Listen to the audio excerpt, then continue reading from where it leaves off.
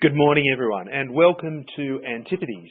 I'm Matt Dell from Pinnacle Investment Management, and I think as everyone knows, we are an equity and distribution partner for Antipodes Partners. Today's webinar is brought to you by Sunny Bungia, Analyst and Head of Execution at Antipodes Partners. Sunny's presentation today takes a look at domestic opportunities in Europe, a seemingly contrarian view, but one that actually makes a lot of sense when you cut through the noise. Before I hand over to Sunny, please note that you can ask questions as we go along by clicking on the Questions tab at the top of your screen. And now, here's Sunny. Thank you, Matt. Welcome to all our listeners today. So we're just about over 18 months into our track record at Antipodes Partners. Just turning to slide 2 very quickly to give you a snapshot of our business. So just a reminder, we're largely an owner-managed business and running in a true partnership model. Investment staff are not just only owners in the business, but also invest in the funds, so we can create the true alignment between clients and staff. If I take you to slide 3, and this is a slide that's been in our presentations since day one, and it's a very simple equation, and it's a focus of our investment philosophy and the healthy obsession I think we have with assessing risk of each one of our businesses, and also at the portfolio level. The modern portfolio theory of the greater the risk, the greater return is far from reality in our experience in the practical world. And in fact, we find that some of the best investment ideas are lower risk because they're underwritten by multiple themes and hence we've coined the term multiple ways to win. So we, in essence, are determining in our deep dive company analysis how resilient our business is. As you can see there, the business resilience circle. And the more multiple ways the business has, the greater shareholder value those investments generate. And we will never buy a company based on one outcome only, just so that we don't end up having a single point of failure. So we take a different approach to investing, which is really about managing the risk and assessing the risk and finding the resilience of businesses at multiple ways to win. But we believe the returns should follow suit. And taking you quickly on slide 4. Now, whilst assessing the risk at the stock levels is important, at the portfolio level it is even more critical. And these are some of the alpha clusters we have in the fund at the moment. We limit our exposure to each one of these clusters to approximately 15%, to ensure that even though we're finding these great businesses that are multiple ways to win, we don't end up then just building a portfolios of a similar cluster. So we have a portfolio that is truly a non-correlated portfolio and has diversified sources of alpha. If I take you to slide 5, this again is just to highlight our uniqueness of our product. We have multiple levers to pull in the funds to generate alpha, offer downside protection. We have the ability to, of course, to go long, and then use our investment logic in the opposite fashion to go short. And the shorting is also a key part of our process, where we're looking for businesses that are priced for perfection and have multiple ways to lose. And then finally, we have currency as another way to manage risk, generate alpha, and it's a key part of what we do. And we'll talk a little bit about that later in the presentation. And we'll go through the current what's happening in the current market conditions and why they are right for our style of investing. Okay, if I now just take you to slide 7 and talk about this. This divergence we're seeing in terms of growth and yields. Now, very simplistically, if we think about the US over the last 15 years, what we are saying is that nominal growth in the United States has been approximately 4%. Now, that's real GDP plus inflation, CPI. And over that period of time, the 10-year bond yield has also averaged about 4%. And intuitively that makes sense because the bond market tries to price in two outcomes. It tries to price in real growth and it tries to price in inflationary expectations. And in Europe, we've sort of had a similar outcome. Now, if I go look at how that's evolved over time and look at what's happening today, the interesting thing to note is actually growth is actually not too bad around the world. It's not too bad in the US, as we all know.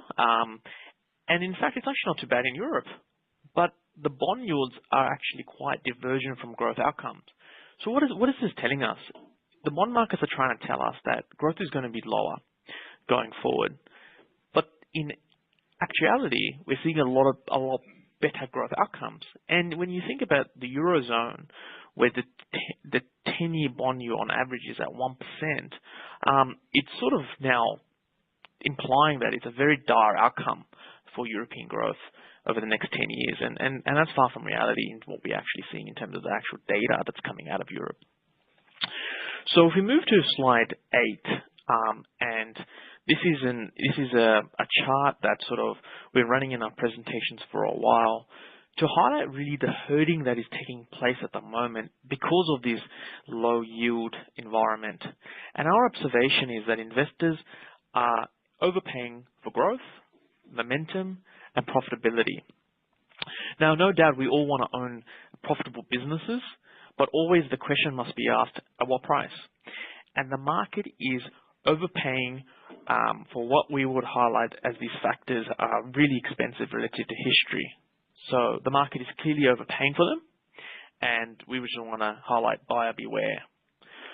So if I now for a moment focus your attention on the yellow line, the multiple dispersion line, you will notice the multiple dispersion is actually increasing as it heads south. What this means is that the most expensive multiples of stocks in the market versus the cheapest multiple of stocks in the market are very divergent. So this creates great opportunities for good old-fashioned stock picking, both on the long and short side. And of course, we want to own profitable growing businesses. And on the right-hand side, you can see we are finding these kind of businesses around the world, but just buying them on much more attractive valuations. And that's really the opportunity we're trying to take advantage of. If I take you guys to slide 9, and now just more at a regional level, where are these extremities? Where are people overpaying for profitability and overpaying and underpaying for value? And you can see it's actually quite interestingly in Western Europe, Japan, and Korea. And the interesting thing is how extreme it is in these regions in terms of the profitability side. And it's really it's an interesting environment. It is based on a number of factors, political risk, macro risk, low yields. But price still matters, and it's really important what price you pay for a business. And we just want to highlight how divergent and how extreme these trends are now throwing up a lot of these opportunities for us, both on the long and short side.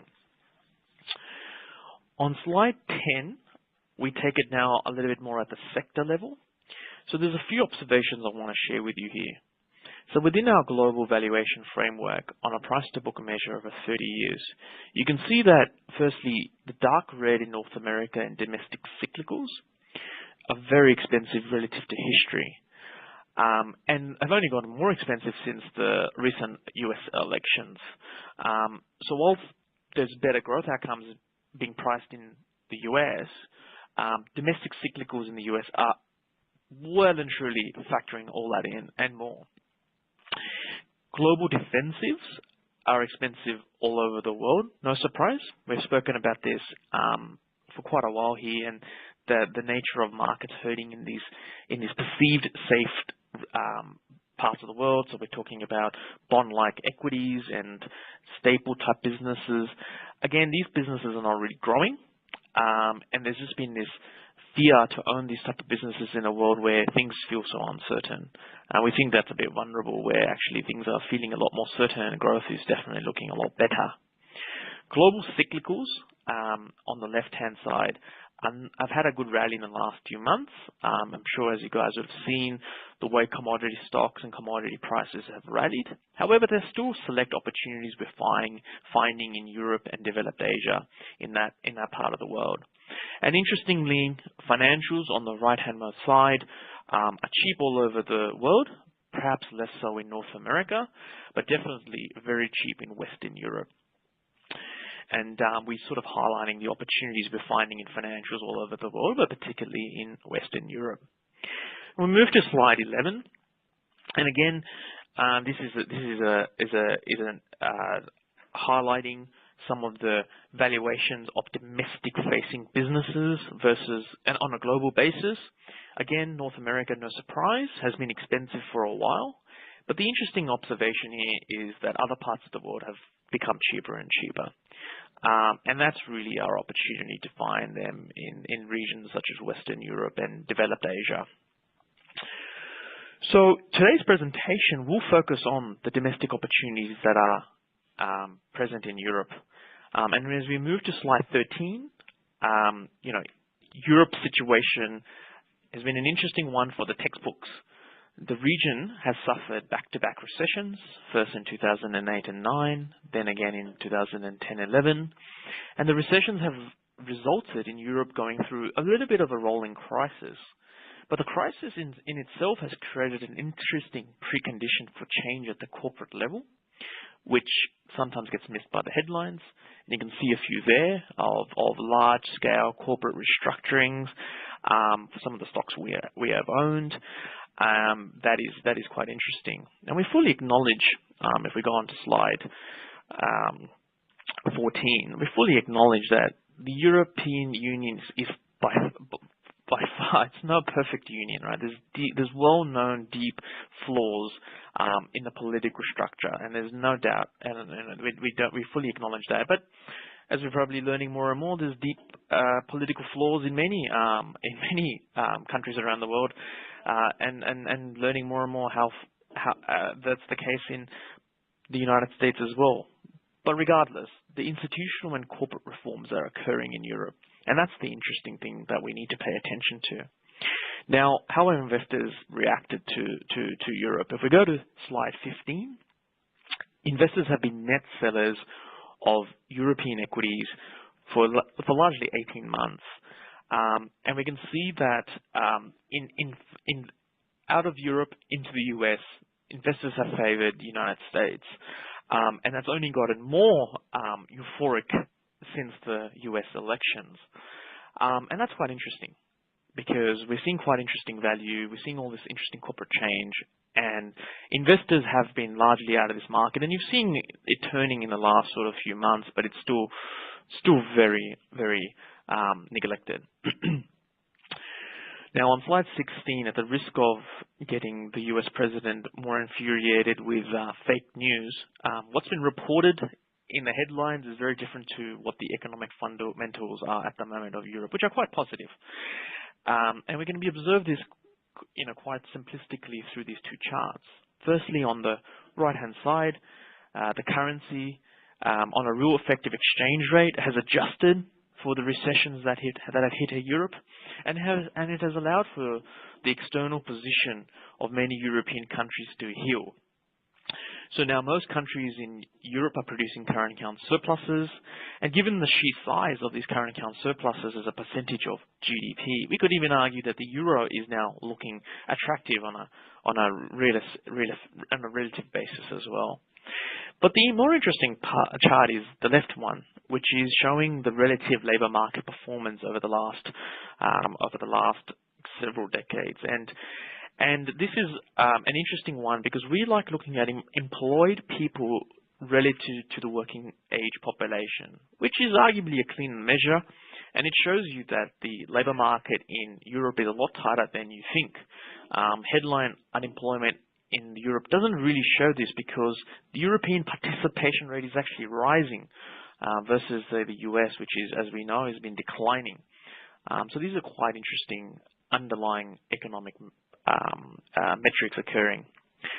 Now, if we just talk about a few stocks in the portfolios that we've been interested in, on slide 17, We want to talk about Mediobanca. Now, we've spoken about the valuation of banks and European banks, and then, of course, there are Italian banks, the utter heart of darkness, and it has occupied so much media time of late. But we own an Italian bank, which is quite unique, and as the headline suggests, is not your average Italian bank. Mediobanca is a blue blood investment bank. It lends to the best of corporate Italia, and as a result has a large investment banking advisory business. And as we're seeing a lot of corporate restructuring occurring in Italy, and particularly in the financial sector, Mediobanca is in the thick of it, assisting in that opportunity and earning investment banking fees. But it's not just an investment bank.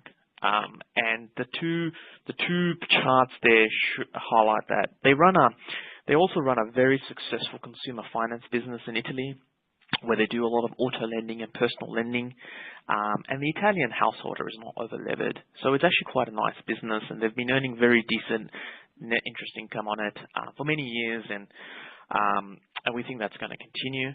And finally, Mediobanca runs a very nice wealth management franchise where its financial advisors are taking advantage of this large household wealth that sits on the Italian householder balance sheet. And you can see that for all of the potential political flaws that Italy may have and other flaws, maybe not very good at playing soccer, but the Italian householders, they're quite wealthy, and they're quite wealthy in a European context, but also in a global context.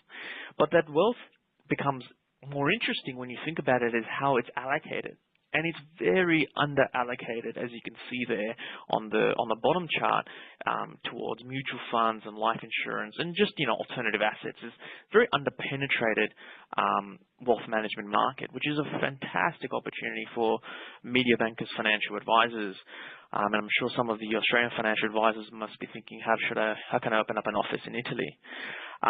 And that's another part of the story. So you can see Mediobanca is a very unique story. There's multiple ways to win, as mentioned above. And this bank is trading on 0.8 of book value, so it's a discount to its book.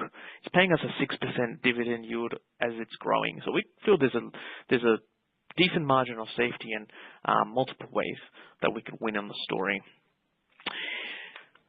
Now, if I take you to slide 18, and this is I guess the poster child of European corporate change, and it's Telecom Italia. Telecom Italia is a dominant business that used to be run in state hands, that went private and then never was really run to its full potential, as you can imagine, and perhaps sounds familiar with a few Australian state-run businesses that went private. But despite all these issues, it is a very strong incumbent in Italy, and it has a very strong advantage over its competition in terms of its dominant incumbency. And when you combine the fact that on the top chart, Italy has one of the lowest broadband penetrations in Europe, which is interesting given how wealthy the nation is. Telecom Italia over the years has become a sleepy, forgotten giant and one of the cheapest telecom stocks in the world. So there's a huge margin of safety that resides in the equity value of the business, which is trading at a 70% discount to equivalent European telcos and trading on book value. And the median European telco is about 2.5 times book value, so it's at a decent discount. And when there's all this value that's oozing, activist shareholders want to get involved. So a large activist shareholder has jumped onto the register and agitated some interesting change for the business. Telecom Italia has a fantastic opportunity to strip out a lot of costs in the business. As you can imagine, it hasn't been run very efficiently. So we've sort of done the analysis, and we think there's an opportunity to reduce 30% of the headcount in its domestic businesses, in the domestic Italian business, when you compare what other domestic European telco businesses run in terms of headcount. So there's a cost cutting story embedded in the thesis.